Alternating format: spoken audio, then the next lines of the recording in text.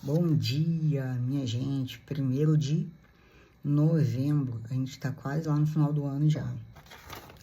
Vamos lá para o evangelho do dia. Evangelho Lucas, capítulo 14, do versículo 1 ao 6. Pega a sua Bíblia, tá? Nada que sai do meu achismo. Só lá no finalzinho aqui que dou alguma opinião minha, mas é o evangelho, tá, gente? Eu quero trazer para esse propósito que eu fiz aí, né, comigo e com Deus, o estudo bíblico mesmo. Então, vamos lá.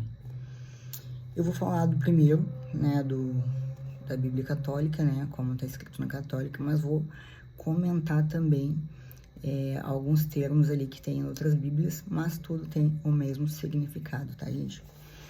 Vamos lá. Evangelho Lucas 14, do 1 ao 6. Do versículo 1 ao 6. Aconteceu que, num dia de sábado, Jesus foi comer na casa de um dos chefes dos fariseus, e eles o observavam. Diante de Jesus havia um hidrópico. Tomando a palavra, Jesus falou aos mestres da lei e aos fariseus: a lei permite curar em dia de sábado ou não? Mas eles ficaram em silêncio. Então Jesus tomou o homem pela mão, curou e despediu-o, né? Mandou ele para casa. Depois lhes disse: se algum de vós tem um filho ou um boi que caiu num poço, não o tira logo, mesmo em dia de sábado? E eles não foram capazes de responder a isso. Palavra da salvação. Então, assim, em outras Bíblias, né, gente, já aparece ali se é lícito curar no dia de sábado, que é o Shabá. O que é o Shabá, gente? Shabá faz parte da cultura, uma cultura na época que Jesus vivia, né? É um dia sagrado que marca lá o 7º dia da semana judaica, e é um dia que não se faz nada, não se fazia nada. Na época não se fazia nada, não fazia nada mesmo. Hoje em dia algumas coisas mudaram, mas eu não vou entrar dentro desse assunto, senão fica muito longo o vídeo. Lembrando que o Shabá, gente, ele vem da Torá, e uma curiosidade também do Shabá é quando a gente fala assim: eu vou fazer uma semana sabática hoje, né? Vem desse termo aí, Shabá, né? Mas então, vamos lá.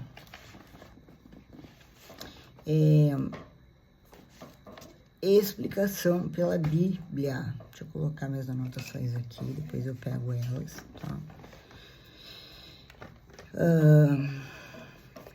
Vamos lá pro versículo 14, 5, tá? Capítulo 14, versículo 5. Capítulo 14, do 1 ao 4. Essa passagem continua o tema dos fariseus tentando pegar Jesus numa pegadinha, né? Tentando fazer com que Jesus caísse em alguma armadilha ali, e não fazendo. Tudo que eles queriam, gente, era que Jesus fizesse alguma coisa errada, né, para que em qualquer momento eles pudessem fazer alguma coisa contra Jesus. Jesus estava atrapalhando a vida deles. Inclusive, no Shabá, né, gente, nesse dia tão importante assim, Jesus fez 5 milagres. Também não vou entrar nesse assunto para não desfocar aqui o negócio.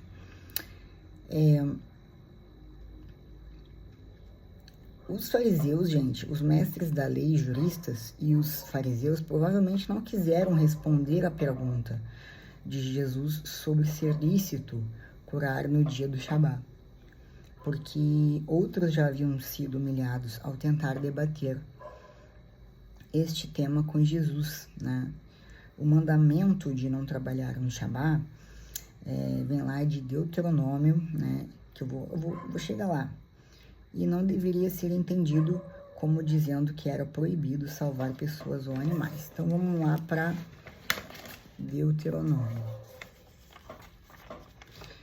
Lá em Deuteronômio, lá no Antigo Testamento, tem os 10 mandamentos, né? Você vai encontrar lá em Deuteronômio 5, sobre os 10 mandamentos, né? Sobre quando Moisés ali fala dos 10 mandamentos, fala sobre os 10 mandamentos sobre Moisés. Mas, aonde é que está a citação? É que diz assim: guardarás o dia do Shabá para santificá-lo, como o Senhor teu Deus te ordenou. 6 dias trabalharás e farás toda a tua obra. Mas o 7º dia é o 7º dia do Shabá do Senhor teu Deus. Nele não farás nenhum trabalho. Tu, nem o teu filho, nem a tua filha, nem o teu servo, nem a tua serva, nem os teus bois ou os teus jumentos, nem algum dos teus animais, nem o estrangeiro que estiver dentro de tuas portas, para que o teu servo e a tua serva possam descansar como tu. Então, gente, nessa época a gente pode ver que eles levavam a sério, né, muito a sério, antes no Antigo Testamento. O 7º dia de descanso foi quando Deus descansou, né? 6 dias trabalharás e farás toda a tua obra, mas no 7º descansa. Isso hoje mudou por conta de Jesus. Bom, essa é a explicação sobre essa parte aqui do Evangelho. Mas o que Jesus quis dizer, né, gente? O que tá querendo dizer isso daí pra gente? Jesus curou um homem no dia de sábado, né, o que era completamente proibido, mas não estava explicitamente escrito, né, lá nas leis, né, judaicas. Então, claro que ele foi julgado, né? Ele quis dizer o quê, né? Com isso, Jesus quis dizer o que para nós, né? O que ele quis deixar, o que ele quis ensinar pra gente. Fazer o bem, né? Fazer o bem é mais importante que se fechar nas regras, né? Se enclausurar ali nas regras, né? Que deixam a nossa espiritualidade de lado. E existem regras morais, regras sociais, e são válidas, né? Para tudo, obviamente. Porém, quem segue a Deus, segue a Deus, não segue seu chefe, né? Não segue o chefe do trabalho no sentido de levar uma vida espiritual. Nesse sentido que eu estou me referindo, tá, gente? Tudo que eu falo aqui é no sentido espiritual. As regras morais, gente, sociais, elas existem e são válidas, né, para aperfeiçoar tanto o nosso espírito, né, quanto também para proteger nós, né, o ser humano, das maldades, né, das injustiças. Gente, olhar no olhar do próximo, né, Jesus, ele estava num dia do Shabá, ele estava lá comendo um pão, né, com os mestres ali, né, com quem se dizia iluminado, quem se dizia importante, conhecedor, e ele, né, muito simples, muito humilde, foi lá e fez esse milagre. Então, na frente, né, e ele instigava, né, ele perguntava, porque ele realmente, assim, precisava fazer isso, fazia parte também, né, de todo o trajeto, da trajetória dele em vida, no sacerdócio dele, né. Enfim, o que ele queria dizer com isso, né? O que ele fez, né? Ele chegou, ele viu aquele homem ali e ele sentiu a dor daquele homem, o sofrimento daquele homem, né? E sentindo esse sofrimento, ele foi lá e fez a cura. Aí eu pergunto para você, né?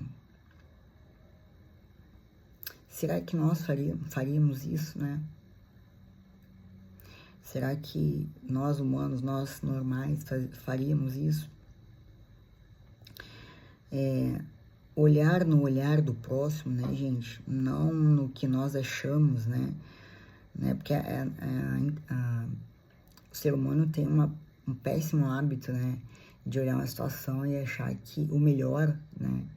É aquilo que está na mente dele. Ele olha uma situação e pensa, faz isso e aquilo que é melhor assim, né? Mas ele não sabe o que se passa, né? Com aquela pessoa ali, na maioria das vezes é assim. O ser humano tem uma impressionante, né? O julga mais que juiz, meu pai eterno. Bom, Jesus, ele viu que o homem precisava da cura, né? E então ele deixou esse ensino aí pra gente. O que eu vou deixar para refletir, né? Pra gente refletir atualmente, né? O bispo lá da sua igreja, né? Que você tem que ir lá na paróquia todo domingo. É uma regra, né? Espiritual. No seu trabalho, você não pode faltar, você não pode chegar atrasado. Imagina você com uma turma de aluno, você que é chefe, né? De uma equipe, o diretor de uma empresa, né? Aí você passa numa situação, né, na rua, vê alguém precisando de ajuda, você ignora, né, porque você vai tomar aquela puxada de orelha do seu chefe, ou vai tomar aquela chamada de atenção do seu bispo ou do seu padre, né? Então, você quer evitar o constrangimento, né, evitar essa situação, ou você vai matar no peito, né, e vai ajudar. Você sabe que você vai matar no peito, você vai ter sempre consequências, né, que sempre alguém vai falar. E sempre quem vai julgar, fulano, ainda mais trabalhando em equipe, né? Ah, fulano lá chegando atrasado. E se a gente diz que foi ajudar, não adianta nada, né? Até capaz de dizer que é mentira hoje em dia. Então, gente, nos provérbios, eu até anotei, provérbios, lá em Provérbios, no capítulo 18, versículo 9, diz assim, quem relaxa em seu trabalho é irmão do que o destrói, né? Eu deixei para quem quiser pesquisar. Então, assim, descuidar da nossa caminhada com Deus. Quando a gente está vivendo uma vida muito do mundo, a gente acaba descuidando do caminho, das coisas de Deus, né? E aí a gente acaba destruindo esse nosso relacionamento íntimo, né? Que a gente deveria ter com Deus, que é o nosso verdadeiro chefe. Então, assim, toda pessoa que segue Deus, Jesus Cristo, né?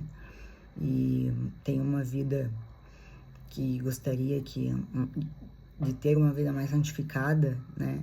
E de seguir o Evangelho, ela sempre vai seguir Deus, sempre vai seguir, porque ela sabe, né, que Deus está presente constantemente, né? Olhando, presente, onipresente, né? Então, não tem escape. E depois lá em Colossenses, né, capítulo 3, versículo 23, que é um dos meus favoritos, né,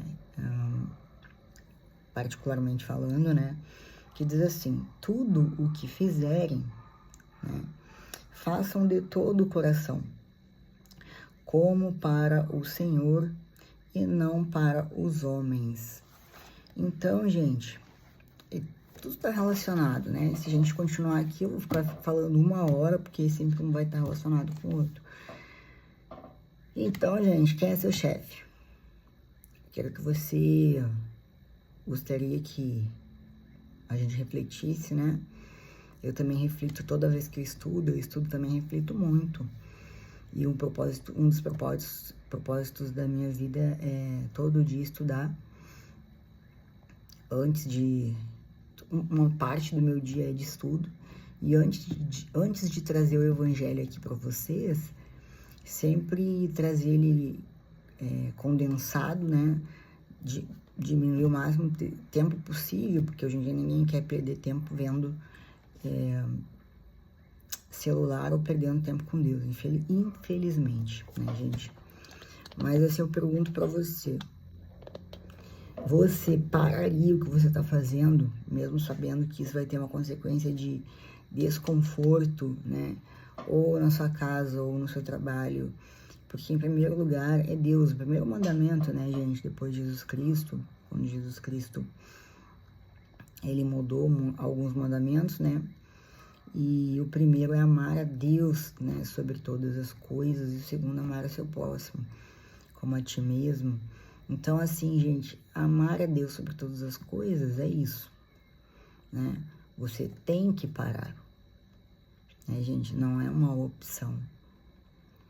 É um pecado mortal, né, gente, para o católico.